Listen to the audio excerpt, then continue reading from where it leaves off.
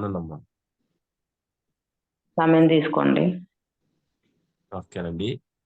ప్రభు అయిన యేసు క్రీస్తు వారి పేరట ఈ ఉదయకాల సమయంలో మరొకసారి ప్రభు పేరట మీ అందరికీ యేసు క్రీస్తు వారి పేరట శుభాభివందనాలు.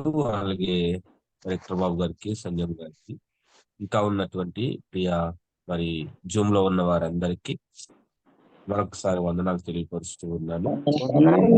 వందనాలు పాస్టర్ గారు. వందనాలు తల్లి.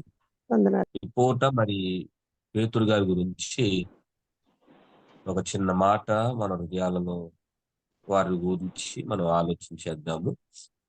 మరి యోహాను శుభవార్త 18వ అధ్యాయము 10వ వచనాన్ని ఒకసారి చదువుకుందాము. యోహాను శుభవార్త 18వ అధ్యాయము 10వ వచనాన్ని సీమోను పేతురు యొద్ద కత్తి ఉండినందున అతడు దానిని దూసి ప్రధాన యాజకుని దాసుని కొట్టి అతని కుడి చెయ్యి తెగ నరికెను. ఆ దాసుని పేరు మలుకు. యేసు కత్తి వరలో ఉంచుము తండ్రి నాకు అనుగ్రహించిన. చాలండి. తర్వాత అదే అధ్యాయంలో 25వ వచనాన్ని చదువుతాం. 25. సీమోను పేతురు నిలబడి చలి కాచుకొని చూడగా వారు అతని చూచి, నీవును ఆయన శిష్యులు ఒకడివి కావా అని చెప్పగా అతడు, నేను కాను, నేనెరుగనెను. పేతురు ఎవరి చెయ్యి తెగ నరికెనో వాని బంధువును ప్రధాన యాజకుని దాసులలో ఒకడును తోటలో అతనితో కూడా ఉండుగా నేను చూడలేదా అని చెప్పినందుకు పేతురు, నేను ఎరుగనని మరొకసారి చెప్పెను. వెంటనే కోడి కూసెను. దేవుని స్తోత్రం కలుగును గాక. హల్లెలూయా. ఇక్కడ 2 మాటలు మనకు కనిపిస్తా ఉన్నాయి. ఒకటి ఏంటంటే, యేసు క్రీస్తు వారితో పేతురు ఉన్నప్పుడు యేసు క్రీస్తు వారి మీద మరి ఏదైనా ఒక విధంగా చెప్పాలంటే ఎవరు ఏమన్నా సరే ఊరుకునే వ్యక్తి కాదు పేతురు గారు. చాలా ఒక విధంగా చెప్పాలంటే పేతురు అంటే దేవుడికి చాలా ఇష్టం. మరి దేవుడన్నా పేతురు గారికి చాలా ఇష్టం. అంత ప్రేమ కలిగినటువంటి పేతురు గారు ఇక్కడ మనం చూసినట్లయితే యేసుక్రీస్తు వారిని ఏదో అన్నారని చెప్పి ఆయన వరలో ఉన్నటువంటి కత్తిని తీసి ఒక్కసారి ఏం చేశాడంటే మరి కొట్టి చెవిని తెగ నరికినట్లుగా బైబిల్ చెప్తా ఉంది. ఇప్పటి వరకు బాగానే ఉంది. మరి మనం చదువుకున్నటువంటి 25వ వచనంలో ఏమని రాయబడి ఉంది? యేసుక్రీస్తు వారిని అప్పగిస్తూ ఉన్నటువంటి సందర్భంలో యేసుక్రీస్తు వారిని పట్టుకుంటారు. యేసుక్రీస్తు వారిని రోమా చక్రవర్తి, రోమా ప్రభుత్వాన్ని పరిపాలన చేస్తున్నటువంటి నాయకులు ఆయనను సిలువ వేయాలని అందరూ ఆశిస్తూ ఉన్నప్పుడు వారంతా కూడా మరి దొంగ అయినటువంటి మరి ఆ వ్యక్తిని అందరూ ప్రేమిస్తూ ఉన్నారు, కావాలని కోరుకుంటూ ఉన్నారు. ఆ వ్యక్తిని ప్రేమిస్తున్నటువంటి ప్రజలందరూ కూడా యేసుక్రీస్తు వారిని ఏమన్నారంటే, సిలువ వేయాలి, అవసరం లేదు, పరిశుద్ధుడు మాకు అవసరం లేదు, దొంగే మాకు కావాలి అంటే, ఒక విధంగా చెప్పాలంటే బరబ్బాయే మాకు కావాలి, యేసయ్య మాకు వద్దు అని చెప్పి వారందరూ కూడా కేకలు వేయటం అనేది జరిగింది. ఎందుకు ఈ మాట మీకు చెప్తూ ఉన్నానంటే, యేసయ్య ఈ లోకానికి రావటానికి ఒక ప్రత్యేకమైనటువంటి ప్రణాళిక ఉంది. ఎందుకంటే ఆయన అందరినీ ప్రేమించటానికి వచ్చాడు. కొంతమందిని ప్రేమించటానికి, మంచివారిని ప్రేమించటానికి, అలాగే యేసుని ఎరగనటువంటి వారిని కూడా ఆయన ప్రేమించటానికి వచ్చారు. అందుకని యేసుక్రీస్తు వారు అంటారు కదా, నా కృప నీకు తోడుగా ఉండును అని చెప్పి ఆయన మాట్లాడతారు. అంటే ఆయన కృప అనేది అందరికీ కావాలి. ఆయన అందరికీ కూడా అవసరమై ఉన్నాడు గనుక అందుకని అంటాడు యేసుక్రీస్తు అందరికీ ప్రభువు అని చెప్పి. ఇప్పుడు యేసుక్రీస్తు వారు 12 మంది శిష్యులను ఏర్పాటు చేసుకున్నారు. ఆ 12 మందిలో కూడా మరి చక్కని మాట ఏంటంటే పేతురు గురించి చాలా మంచి మంచి ఉద్దేశాలు, ఆలోచనలు కలిగి ఉన్నారు ఆయన. ఎందుకంటే పేతురు గారు యేసుక్రీస్తు వారి పక్కనే ఉండేవారు. ఆయన ఎక్కడికెళ్తే అక్కడికి వెళ్ళేవాడు. ఏ స్థలానికెళ్తే ఆ స్థలానికెళ్ళి ఆయనకి మరి చేదోడుగా, వాదోడుగా ఉండి నడిపిస్తా ఉండేవాడు. అలాంటి పేతురు గారు యేసయ్య ముందే చెప్పారు. ఏమని అంటే, "నువ్వు నాకు 3 సార్లు ఏం చేస్తావంటే అబద్ధం ఆడతావంటే." పేతురు గారు అన్నారు, "అబ్బబ్బబ్బే! లేదు లేదు అసలు నేను అబద్ధం అనేది నా నోటికి అది రాదు" అని చెప్పి యేసయ్య దగ్గర అతను మాట్లాడటం జరిగింది. ఇది ఏమైనా ఈ దినమందు అంత మరి సహవాసం కలిగి ప్రేమను పొందుకున్నటువంటి ఒక వ్యక్తి, ఒక సైనికుడు, ఒక దాసుడు యేసుక్రీస్తు వారి గురించి ఏదో మాట్లాడుతూ ఉంటే అది తట్టుకోలేక తన కత్తిని దూసి చంపినటువంటి పేతురు గారే ఇప్పుడు ఏమని మాట్లాడుతా ఉన్నాడంటే చూడండి, సీమోను పేతురు నిలబడి చలి కాచుకుంటుండగా వారు అతన్ని చూసి, "నీవు ఆయన శిష్యులలో ఒకడివి కావా" అని చెప్పగా అతను, "నేను కాను, నేను ఎరుగను" అని చెప్పాడు.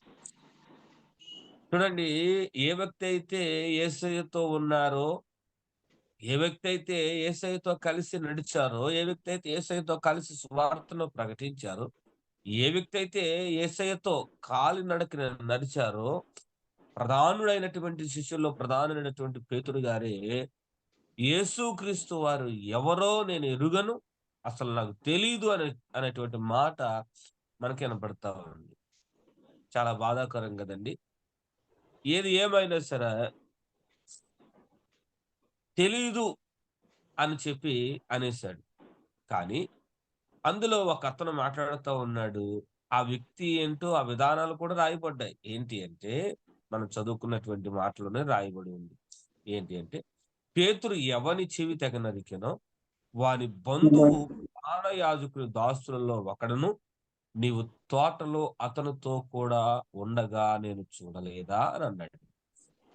ఇప్పుడు మలుకు అనబడినటువంటి ఎవడి చెవైతే పేతురు గారు నరికాడో ఆయనకి సంబంధించినటువంటి బంధువు ఒకడు అంటున్నాడు, నేను నిన్ను ప్రధాన యాజకులలో దాసునిలో నేనేం చేశానంటే ఒకడును అతను తోటలో ఏం చేస్తా ఉన్నాడంటే ప్రార్థనలో ఉన్నారు వారు. యేసుక్రీస్తు వారును పేతురు తోటలో ఉండి ప్రార్థన చేసుకుంటుండగా ఆ స్థలములో మిమ్మల్ని ఏం చేశారు నేను చూశాను అని చెప్పి మల్కు బంధువు ఒకడు ఆయనను గురించి మాట్లాడుతూ ఉన్నప్పుడు ఆయన అంటాడు, "ఏమో అది కూడా నాకు తెలీదు" అని చెప్పి పేతురు గారు మాట్లాడుతా ఉన్నాడు.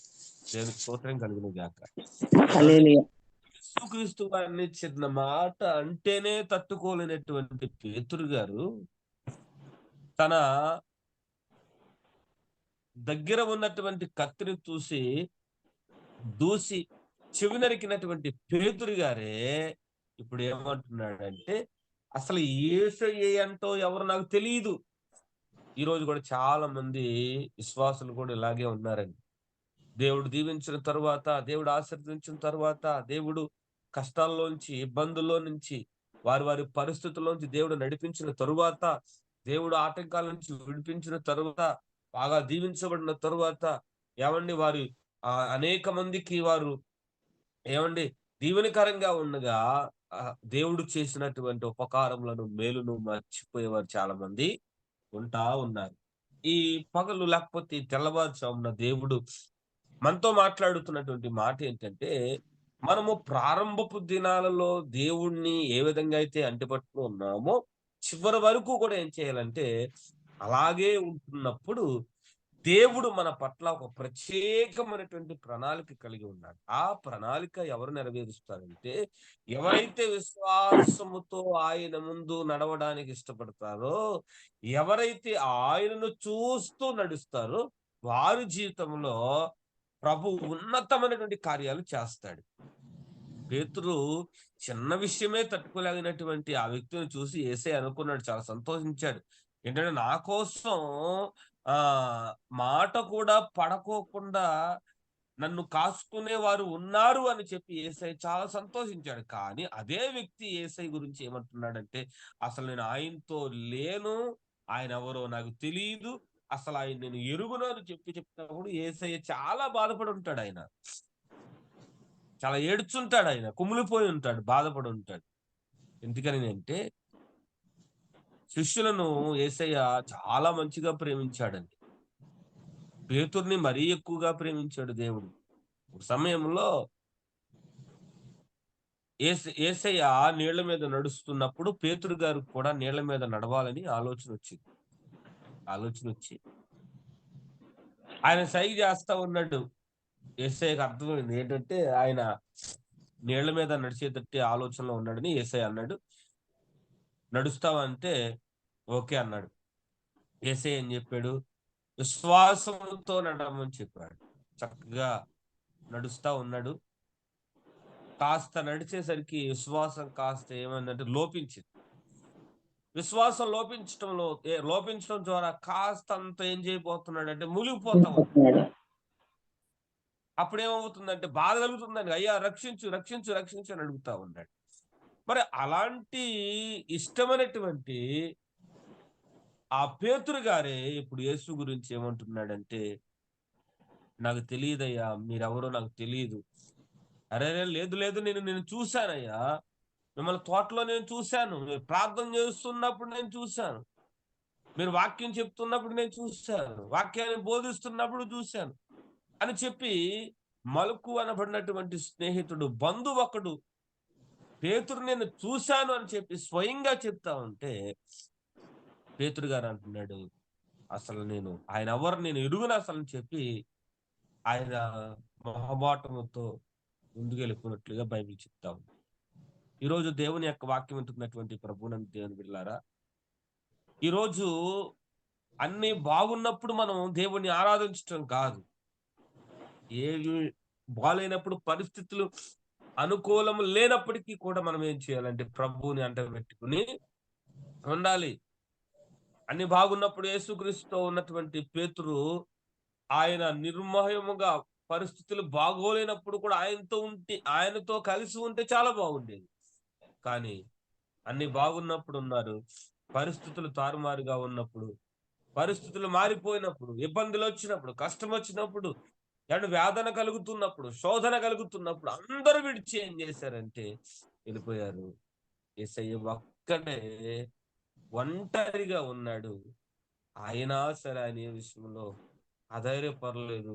వారికి వారే బలాన్ని చేర్చుకుని సమకూర్చుకుని తండ్రికి మొరపెట్టినప్పుడు ఆయన ఉన్నటువంటి భాగ్యాన్ని పొందుకున్నారు. ఈ రాత్రి లేకపోతే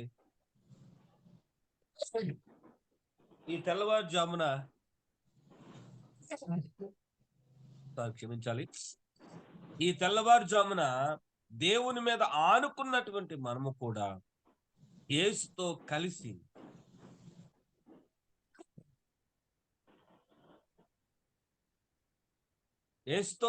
మనం ఏం చేయాలంటే క్షమించాలి, యేసుతో కలిసి మనం ఏం చేయాలంటే నడిచేవారముగా ఉండాలి. అలాగ మనము నడవాలి అంటే దేవుడు మనకు అనుగ్రహించినటువంటి ధైర్యాన్ని చేతపట్టుకుని మనం ఏం చేయాలంటే ప్రభువు కొరకు నిలబడాలి. అలాగని చెప్పి పేతురు గారికి ధైర్యం లేదంటే ధైర్యం ఉంది. ఎందుకంటే యేసయ్య పక్కనే ఉండేవాడు, యేసుతో కలిసి నడుస్తూనే ఉండేవాడు. కానీ యేసయ్యను మూడు సార్లు నాకు తెలియదు, యేసు అంటే ఎవరో తెలియదు, నేను ఎరుగున ఆయన్ని, ఒక చిన్న పాప దగ్గర కూడా ఆయన ఏం చేశాడంటే అబద్ధం ఆడినటువంటి వ్యక్తిగా కనిపిస్తా ఉన్నాడు. ఈ తెల్లవారుజామున ఎందుకో దేవుడి మాట మనకు తెలియపరుస్తూ ఉన్నాడు. ఆయన ఒంటరిగా ఉన్నా సరే దేవుణ్ణి మాత్రం విడిచిపెట్టలేదు. ఆయన ఒంటరిగా సిలువలో ఉన్నా సరే ఆయన ప్రభు మీదే, దేవుని మీద ఆధారపడ్డాడు. గల కారణం ఏంటంటే తండ్రి చిత్తాన్ని నెరవేర్చడానికి ఆయన ఈ లోకానికి వచ్చాడు. తండ్రి యొక్క మరి ఆ యొక్క ప్రేమ ఎలాగుంటుందో ఆయన పొందుకోకుండా ఈ లోకానికి వచ్చాడు. కాబట్టి తెల్లవారుజామున వాక్యం వింటున్నటువంటి మనం కూడా చాలా పర్యాయములు ఈ పేతురు గారు లాగానే మన ఆలోచనలు ఉంటాయి, ఉద్దేశాలు ఉంటాయి. కానీ నేను అంటాను, వాటిని పక్కన పెట్టి దేవుడు మనకు అప్పగించిన దాన్ని, దేవుడు మనకి అప్పగించినటువంటి ఆ పని కొరకు మనం ఏం చేయాలంటే ప్రయాసపడాలి. ఏంటి ఆ పని అంటే, ఒక పని అప్పగించడం మనకి. ఆ పని ఏంటంటే, ఈ భూమి మీద ఉన్నటువంటి ప్రతి ఒక్కరికి ఆయన మాటను మనం ఏం చేయాలంటే తెలియపరచాలి. కూర్చున్నప్పుడు, పండుకుంటున్నప్పుడు, ఖాళీ సమయాలలో మాట వినడానికి, ఒకవేళ నీ మాట ద్వారా వాళ్ళు ఏమైనా బలపరచబడతారేమో, నీ మాట ద్వారా వాళ్ళు దీవించబడతారేమో. చూడండి, మల్కు చెవు నరికినప్పుడు ఆయన చూస్తా ఉన్నాడు, ఎవరెవరు ఉన్నారు చూస్తా ఉన్నాడు. తర్వాత అదే ప్లేస్ లో మరలా పేతురు గారు తోటలో కనపడినప్పుడు ఈ మల్కు యొక్క బంధువు అంటున్నాడు, నేను పలానా ప్లేసులో, పలానా చోట, పలానా సమయంలో నేను నిన్ను చూశాను అని చెప్పినప్పటికీ కూడా పేతురు అంటున్నాడు, లేదు లేదు, అసలు నువ్వెవరో నేనెవరో ఎవరికి తెలియదని చెప్తా ఉన్నాడు. ఎంత బాధ అండి! అంటే ఈయన చేసినటువంటి ప్రతి పని మనుషులు చూస్తా ఉన్నారు, దేవుడు కూడా చూస్తా ఉన్నాడు. ఒకవేళ మంచి పని చేస్తే ఆ యొక్క పక్కన ఉన్నటువంటి వారు ప్రభువుని కలిగి వారు ఉండడానికి అవకాశం. ఈ దినమున మనము కూడా దేవుని ఎరగనటువంటి ప్రజలముగా జీవించాము, దేవుడు తెలుసుకున్నాము, దేవుని దగ్గరికి వచ్చాము. ఆయన కరుణ గల దేవుడిగా ఉన్నాడు, ఆయన రక్షిస్తాడు. మన కష్టాల్లో, బాధలలో, వ్యాధుల్లో దేవుడు తోడుగా ఉంటాడు. అలాగా మన జీవితాలు నూతనంగా మార్చబడాలంటే ప్రభువుని ఎరగనటువంటి ప్రజల మధ్యలోనికి వెళ్ళి ఆయన మాటలు చెప్పేవారముగా ఉండాలి. అలాగ చేయగలిగితే దేవుడు మనల్ని కూడా దీవిస్తాడు. ఇంకా పేతురు యేసుక్రీస్తు వారు చచ్చిపోయిన తరువాత ఆయన వాక్యాన్ని బోధిస్తే 5,000 మంది, 3,000 మంది. ఇంకా గొప్ప గొప్ప సంగతి ఏంటంటే, ఆయన నీడ పడితేనే చాలు అనేక మంది అయ్యారండి బాగుపడినటువంటి అనుభవాలు, ఆశీర్వాదాలు ఉన్నాయి. గల కారణం ఏంటంటే, దేవుని యొక్క ఆత్మ పేతురు గారి మీదకి వచ్చింది. ఈ దినమున ఎలాంటి వారైనా కావచ్చు, ఎలాంటి పరిస్థితుల్లోనైనా ఉండొచ్చు, గాని ఈ రాత్రి తెల్లవారుజామున దేవుడు నీతో మాట్లాడుతున్నటువంటి మాట ఏంటంటే, దేవుని ఎరగనటువంటి వారముగా మనం ఏం చేయొద్దు, ఉండొద్దు. దేవుని ఎరిగినటువంటి బిడ్డలుగా ఉండి అనేక మందికి మనం ఏం చేయాలంటే ఈ మాట చెప్పాలి. చూడండి, అన్ని మాటలు చెప్తాం కానీ దేవుని గురించి చెప్పే ధైర్యము మనకుండదు. అన్ని మాటలు చెప్తాం, ఉదయం లేచిన దగ్గర కానీ సాయంత్రం పండుకునేంత వరకు, ఉపయోగం ఉన్నా ఉపయోగం లేకపోయినా అన్ని మాటలు చెప్తాం. నేనంటా, రోజుకి ఒక్క మాట ఎవరికొకరికి చెప్పండి అంటే 365 రోజుల్లో 365 సార్లు నువ్వేం చేసావంటే యేసు గురించి ఏం చేసావు, మాట్లాడావు, యేసు గురించి చెప్పావు. యేసులో ఉన్న గొప్పతనం, యేసులో ఉన్న ప్రేమ, యేసులో ఉన్నటువంటి ఆ యొక్క కృపగలిగినటువంటి హృదయం గురించి మాట్లాడినప్పుడు నువ్వు కూడా సంతోషపడతావు. దీన్ని బట్టి రక్షించబడడానికి సిద్ధంగాను వారి కుటుంబం కూడా సిద్ధపడతారు, రక్షించబడతారు. కాబట్టి జనమున పేతురులాగా మన యొక్క విధానాలు ఎలాగున్నాయో ఒకసారి ఆలోచన చేసుకుంటాం. అట్టి కృప ఈ తెల్లవారుజామున ప్రభు మనకు అనుగ్రహించును గాక. ఆమేన్. ఆమేన్. ఆమేన్. చక్కటి వాక్యం చెప్పిన పాస్టర్ గారికి వందనాలండి. పేతురు గారి గురించి మరి చక్కగా వివరించారు. అయ్యగారు వందనాలండి. వాక్య నిమిత్తం ప్రార్థన చేసుకుందాం. మన మధ్యన ఉన్న జేపీ గారు వాక్య నిమిత్తం ప్రార్థన చేస్తారండి. జేపీ గారు.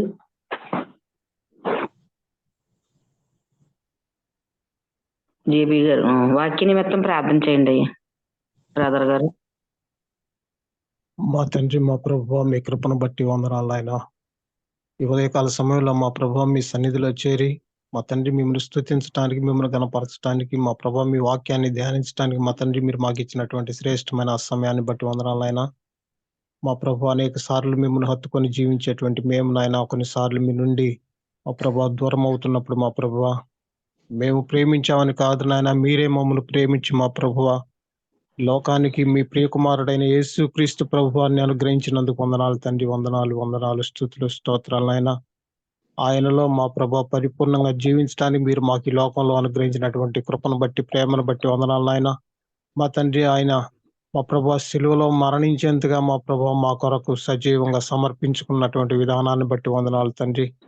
మా ప్రభు ఆ తర్వాత కాలంలో మా ప్రభా పేతురు మా ప్రభా చేసినటువంటి సేవా జీవితాన్ని మా ప్రభా ఈ ఉదయకాల సమయంలో మేము విని ఉండగా తండ్రి, అలాంటి సమర్పణ జీవితాన్ని కలిగి మా ప్రభా మా జీవితాల్లో అనేక సార్లు అనేక మందికి మా ప్రభా మీ వాక్యాన్ని ప్రకటించడానికి మా ప్రభా మా జీవితాలను సిద్ధపరచమని తండ్రి మనం చేసుకుంటాం నాయన. మీ కృపలో మా ప్రభా మమ్మను మీలో అంటుకట్టబడినటువంటి జీవితాలుగా ఫలింపచేయండి తండ్రి. అనేకులు చూచి చదివేటువంటి పత్రికలుగా మా ప్రభా మా జీవితాలను అనుగ్రహించండి స్వామి. మీ వాక్యాన్ని మా ప్రభు అనేకులకు ప్రకటించేటువంటి బాధ్యతను మా ప్రభు అనుగ్రహించండి ఆయన. మా తండ్రి మీ కృపలో మా ప్రభా మిమ్మల్ని హృదయంలో చేర్చుకున్నటువంటి వారమై మా ప్రభా మిమ్మల్ని కలిగి జీవించేటువంటి వారంగా ఉండాలని మా ప్రభా, మీ కృపలో వర్ధిల్లేటువంటి వారంగా ఉండాలని మా ప్రభా మనం చేసుకుంటున్నాం నాయన. వాక్యోపదేశం చేసినటువంటి మాస్టర్ గారిని మా ప్రభా మీ కృపతో నింపండి నాయన. అనేక పర్యాయాలు మా ప్రభా అనేక ప్రాంతాల్లో మా ప్రభా మీ వాక్యాన్ని ప్రకటిస్తూ ఉండగా మా ప్రభా మీ ఆత్మలు మా ప్రభా పరలోకానికి సిద్ధపరిచేటువంటి వాక్యాన్ని మా ప్రభా అనుగ్రహించి మా ప్రభా అనేకులను మా ప్రభా మీ కృపలో మీ సన్నిధికి నడిపించేటువంటి వారిగా మా ప్రభా వారిని ఆత్మతో అభిషేకించండి నాయన. మీరు తోడుగా ఉండి నడిపించండి తండ్రి. సంఘాన్ని మా ప్రభా బలపరచండి ఆయన. మా తండ్రి ఇక్కడ చేరినటువంటి ప్రతి ఒక్కరిని మీ కృపతో నింపండి తండ్రి. ఉదయకాల సమయంలో మీ సన్నిధిలో ఉండగా మా ప్రభా మీ ఆత్మతో నింపండి నాయన.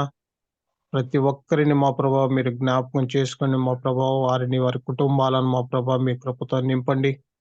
మా ప్రభా మీరు తోడుగా ఉండి నడిపించండి నాయన. ఎవరెవరికి ఎలాంటి కుదవలు ఉన్నాయో మా ప్రభా తీర్చండి తండ్రి. ఎవరెవరికి శారీరక బలహీనతలు ఉన్నాయో తీర్చండి ప్రభా. మా తండ్రి మీరు తోడుగా ఉండి నడిపించండి ఆయన. మీరుండగా మా ప్రభా ఈ లోకంలో మాకు ఏది అక్కర్లేదు నాయన. మీరే మా సమృద్ధి నాయన, మీరే మా జీవం నాయన, మీరే మా సత్యం నాయన. మా తండ్రి మిమ్మల్ని కలిగి జీవించటమే మాకు ఈ లోకంలో మహాభాగ్యం అని మా ప్రభా మేము తెలుసుకుంటున్నాం నాయన. అట్టి భాగ్యతను ధన్యతను మా ప్రభా మా జీవితాలకు అనుగ్రహించినందుకే మా ప్రభా యేసుక్రీస్తు ప్రభువారిని బట్టి మీకు వందనాలు సమర్పిస్తూ ఈ మనవులన్నీ మా ప్రభువును తమ ప్రేమ కుమారుడైన యేసుక్రీస్తు ప్రభువారి నామాన్ని బట్టి సమర్పిస్తున్నాను తండ్రి.